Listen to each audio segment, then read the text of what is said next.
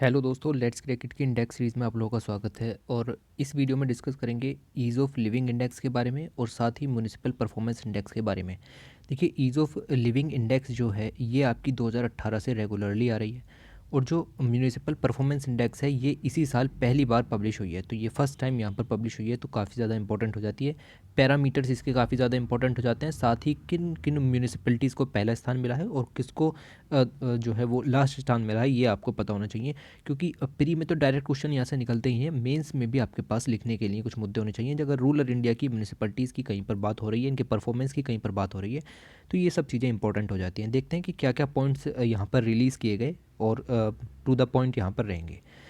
सबसे पहले तो आप ये समझिए कि ये दोनों अर्बन सिटीज़ के लिए यहाँ पर लॉन्च हुई हैं, और ministry of housing and urban affair ने इन दोनों रिपोर्ट्स को यहाँ पर रिलीज़ किया, दोनों की रैंकिंग को यहाँ पर रिलीज़ किया। हम बात करेंगे ईज़ ऑफ लिविंग इंडेक्स 2020 की, जो कि अब रिलीज़ हुई। म्यूनिसिपल परफॉर्मेंस इंडेक्स MPI 2020 की, इन दोनों की हम बात करेंगे। तो पहले बात करते हैं म्यूनिसिपल परफॉर्मेंस इंडेक्स की। याद रखिए, ये इस साल पहली बार लॉन्च हुई है, फर्स्ट टाइम लॉन्च हुई है। ओके, देखिए सबसे बड़ी है ईज़ ऑफ लिविंग इंडेक्स, इसके अंदर लॉन्च हुई है म्यूनिसिपल परफॉर्मेंस इंडेक्स। तो आप ये समझिए कि municipal performance index MPI subset है ईज़ ऑफ लिविंग इंडेक्स का। यानी कि इस जो म्यूनिसिपल परफॉर्मेंस इंडेक्स है, इसके ज़रिए हम काफ़ी सारा data ease of living index के अंदर भी यूज़ करने वाले हैं। ओके, ये बात क्लियर होगी, पहला पॉइंट क्लियर है। दूसरी बात ये है कि देखिए, लोकल गवर्नमेंट बहुत ज़्यादा ज़रूरी है।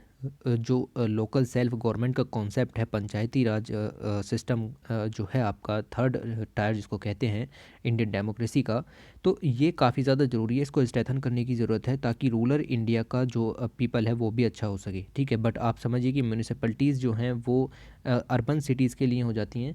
तो म्यूनिसिपलिटीज़ को यहाँ पर एग्ज़ामिन किया जाता है cross the sector of service, कि वो किस तरह की सर्विस अपने लोगों को प्रोवाइड कर रही हैं म्यूनिसिपलिटीज़।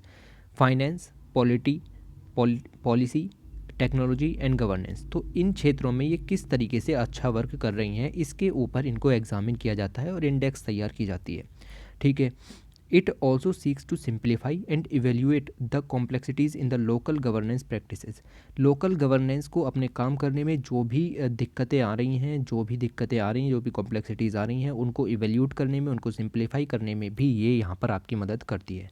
तो सीधा सीधा मतलब हो गया कि ट्रांसपेरेंसी और अकाउंटेबिलिटी का कंसेप्ट भी यहाँ पर आ जाता है, ये उसको भी प्रमोट करेगी। ठीक है जी। अगली ये आपके लिए काफ़ी ज़्यादा इंपॉर्टेंट है, 111 म्यूनिसिपैलिटीज़ का इसके अंदर जो है आंकड़ा लिया गया है, और 5 यहाँ पर जो मैं कह सकता हूँ इंडिकेटर यूज़ किए गए हैं, वो हैं service, finance, policy, technology and governance. ये आपके रटे हुए होने चाहिए क्योंकि इंडेक्स पहली बार रिलीज़ की गई है। ठीक है जी। These five verticals comprise 20 sectors and 100 indicators in all totality. अब ये जो 5 विरोध इंडिकेटर हैं, इनके अंदर सब इंडिकेटर्स हैं और टोटल मिलाकर के काफ़ी ज़्यादा हो जाते हैं। उनको याद रखने की ज़रूरत नहीं है कितने हो जाते हैं, बाकी ये जो अम्ब्रेला हैं इनको याद रखना। ठीक है। The assessment framework under MPI यानी municipal performance index 2020 has classified municipalities based on their population के बेस पर यहाँ पर इनको क्लासीफाई किया जाता है। तो ये फिर से पॉइंट इंपॉर्टेंट हो गया। दो तरीके की सिटीज़ लेते हैं, एक जिनकी पॉपुलेशन मिलियन से ज़्यादा है, 1 मिलियन से ज़्यादा है, और जिसकी पॉपुलेशन 1 मिलियन से कम है। ठीक है, तो ऐसी म्यूनिसिपलिटीज़ जिनकी पॉपुलेशन 1 मिलियन से कम है, हम उनको अलग डिफ़ाइन करते हैं, और जिनकी पॉपुलेशन 1 मिलियन से कम है उनको अलग से डिफ़ाइन करते हैं। कहने का मतलब ये है कि जो मिलियन प्लस कैटेगरीज़ है, जहाँ पर 1 मिलियन से ज़्यादा यहाँ पर लोग रहते हैं, उसमें इंदौर ने पहला स्थान हासिल किया है, दूसरा सूरत, तीसरा भोपाल। ठीक है, तो ये याद रखना। दूसरा, अगर मैं देखूँ वो सिटीज़ जिनमें पॉपुलेशन 1 लाख से कम है, 1 मिलियन से कम है, तो उसमें आ जाती है न्यू दिल्ली म्यूनिसिपल काउंसिल, इसने यहाँ पर टॉप किया है। दूसरे नंबर पे तिरुपति और तीसरे नंबर पे गांधीनगर। तो पहले नंबर का तो याद रखना ही रखना है, पूछ लिया जाएगा। दूसरा तीसरा याद रखिए मत रखिए, कोई फ़र्क नहीं पड़ता। तो इंदौर और न्यू दिल्ली म्यूनिसिपल काउंसिल को याद रखना है। आगे बात करते हैं दूसरे इंडेक्स की, ईज़ ऑफ लिविंग इंडेक्स। तो ये भी आपका असेसमेंट टूल है। मैंने बताया कि ये काफ़ी बड़ा है, इसके अंदर म्यूनिसिपल परफॉर्मेंस इंडेक्स आती है, तो ये काफ़ी ज़्यादा बड़ा यहाँ पर हो जाता है। ये इवेल्युएट करता है, ये मापता है क्वालिटी ऑफ लाइफ को and the impact of various initiatives for our urban development. देखिए मिनिस्ट्रीज़ काफ़ी ज़्यादा अर्बन डेवलपमेंट के लिए वर्क करती हैं, तो उन अर्बन डेवलपमेंट के लिए किए गए वर्क का कुछ इम्पैक्ट भी हो रहा है या नहीं हो रहा है, उस चीज़ को यहाँ पर ये असेसमेंट किया जाता है। ठीक है, it provide a comprehensive understanding of participating cities. तो जो भी सिटीज़ यहाँ पर पार्टिसिपेट करेंगी उनका कॉम्प्रिहेंसिवली उनको अंडरस्टैंड किया जाएगा, उनको उनके जो डाटा है उसको समझा जाएगा across India based on quality of life, economic liabilities of a city and its sustainability and its resilience। तो वहाँ पर क्वालिटी ऑफ लाइफ कैसी है, वो अपने लोगों को किस तरह की इकोनॉमिक सुविधाएं, उनकी सस्टेनेबिलिटी के लिए रेजिलियंस, किस तरह का इंफ्रास्ट्रक्चर वहाँ पर तैयार होता है, ये सब चीज़ें यहाँ पर चेक की जाती हैं। एम काफ़ी ज़्यादा इंपॉर्टेंट हो जाता है। एम क्या है? एम ये है कि जो हमारे पास सिटीज़ हैं उनको ऐसा बनाना है कि वो ग्लोबली और नेशनली बेंचमार्क्स को थोड़ा सा क्रॉस कर सके। कहने का मतलब ये है कि कुछ सिटीज़ ऐसी हैं दुनिया में जिनकी टक्कर की कोई सिटी नहीं है, तो ऐसी सिटीज़ हमें यहाँ पर क्रिएट करनी है। ठीक है, and I encourage them to shift towards an outcome based approach to urban planning and management. तो वहाँ पर हमको इस तरह की अप्रोचेस को डालना है, आउटकम बेस्ड अप्रोचेस को, कि हमारा जो पूरा ध्यान रहे वो ज़्यादा से ज़्यादा आउटपुट की तरफ रहे, इनपुट चाहे कितना भी हो। ठीक है, तो ये पॉइंट आपको याद रखना है। हमें ग्लोबल लेवल की सिटीज़ को यहाँ पर तैयार करना है, जैसे दिल्ली है, मुंबई है, ऐसी ही और सिटीज़ यहाँ पर तैयार करनी है। पैरामीटर दो लिए जाते हैं, दो तरह के इंडिकेटर, पैरामीटर कुछ भी कहिए कोई फ़र्क नहीं पड़ता। पहला है सिटीज़न परसेप्शन, दूसरा है एग्जिस्टिंग लिविंग कंडीशंस। ठीक है, जो पहला वाला सिटीजन परसेप्शन है काफ़ी ज़्यादा इंपॉर्टेंट है, क्योंकि जो कुछ भी इम्पैक्ट करेगा वो लोगों को इम्पैक्ट करेगा, उनके सिटीजन्स को इम्पैक्ट करेगा। तो सिटीजन्स का व्यू यहाँ पर काफ़ी ज़्यादा ज़रूरी है। सिटीजन परसेप्शन सर्वे के बेस पर यहाँ पर इसको लॉन्च किया जाता है और इसका वेटेज 30% दिया गया है। तो सिटीजन्स का यहाँ पर जो भी कहने का मतलब है, लोगों का जो भी कहना होगा, ठीक है, उनका जो जो भी मत होगा वो यहाँ पर 30% वेटेज रखता है, याद रखना इस चीज़ को। ठीक है, तो दूसरी बात जो है वो है एग्जिस्टिंग लिविंग कंडीशंस। तो जो भी मतलब इस समय रह रहे हैं उनकी क्या कंडीशन है। दूसरा ये है इसका 70% हिस्सा यहाँ पर है, तो 100% हो गया। पहला पैरामीटर सिटीजन परसेप्शन 30% कंट्रीब्यूट करता है और दूसरा parameter existing living condition 70% contribute करता है। ठीक है जी, तो ये चीज़ याद रखना, इतना इस स्लाइड से आपको जानना था।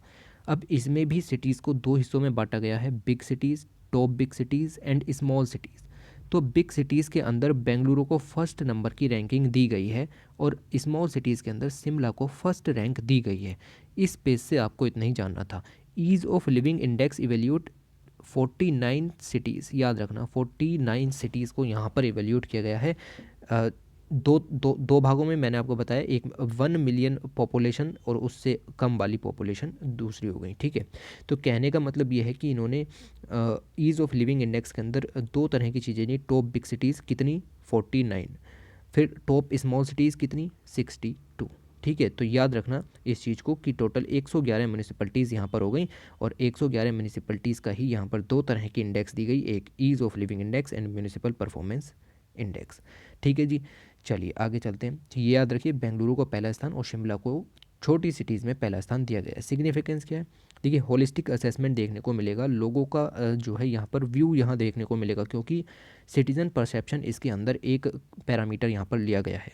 तो this indices provides a holistic assessment of cities based on their effort to cultivate better quality of life, कि किस तरीके से हम और अच्छी क्वालिटी ऑफ लाइफ प्रोवाइड कर सकते हैं। देखिए अगर आप अपने देश छोड़िए, अगर आप अपनी म्यूनिसिपैलिटीज़ के अंदर के नागरिकों को पीने के लिए स्वच्छ पानी प्रोवाइड करा पा रहे हैं, तो क्या वो उनकी लाइफ ऑफ स्टैंडर्ड को नहीं उठाएगा? बिल्कुल उठाएगा। ठीक है, आप उनको सुविधाएं दे रहे हैं, सड़क की अच्छी सुविधाएं दे रहे हैं। ठीक है, तो ये सब चीज़ें इम्पैक्ट करती हैं। इंफ्रास्ट्रक्चर क्रिएट कर रहे हैं आप, पब्लिक स्पेस में ठीक है पार्क वगैरह बना रहे हैं, ये सब चीज़ें यहाँ पर होनी चाहिए। अर्बनाइजेशन के जो भी चैलेंजेस हैं उनको भी सॉर्ट आउट करने में ये हेल्प मिलेगी। दूसरा, help in overcoming deficiencies, learnings gathered from this indices, ये और सिटीज़ के इम्प्रूवमेंट में भी हेल्प करेगी। जैसे यहाँ पर तो 111 म्यूनिसिपैलिटीज़ ली गई हैं, ये और चीज़ों में भी हेल्प कर सकती है कि हाँ क्या क्या दिक्कतें परसिस्ट करती हैं एक अर्बन सिटी के अंदर। Can help in government identified gaps, कि कौन कौन से गैप्स हैं पॉलिसी में, कहाँ पर ज़रूरत है, किस तरह की पॉलिसीज़ बनाई जाएँ, ये सब यहाँ पर ज़रूरी हो जाएगा। तीसरा, हमारे पास सस्टेनेबल डेवलपमेंट गोल है, नंबर में 17 हैं, 2030 तक पूरे करने हैं।